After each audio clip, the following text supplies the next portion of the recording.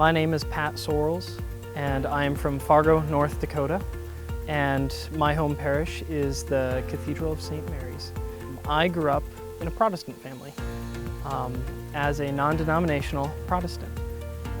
Going to church every Sunday, going to some sort of semblance of Sunday school and Bible study throughout my formative years. It wasn't until my second semester of undergraduate at Concordia College that I then decided to make my faith my own.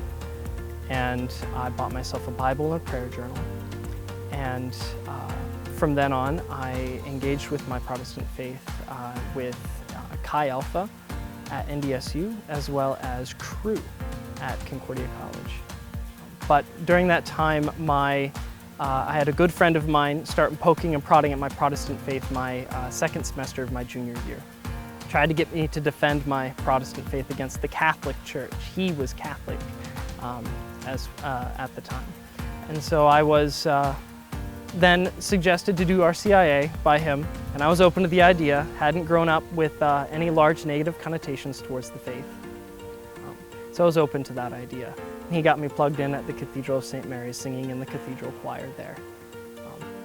But it wasn't until that following July, end of July, that I finally made the decision to do RCIA at the cathedral.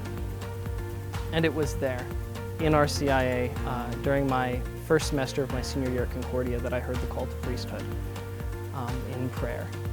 And so when I heard that call, I contacted the pastor of the cathedral, Monsignor Gehring, and sat down with him.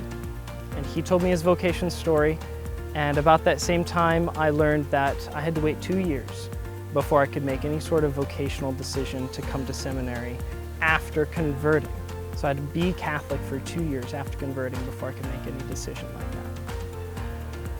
Then began the waiting game. And I waited for those 2 years, sometimes discerning, sometimes taking a break, sometimes discerning marriage. But when the 2-year mark came around, I started to take discernment a little more seriously and attended the St. Andrew's dinner at the bishop's residence, January of 2020.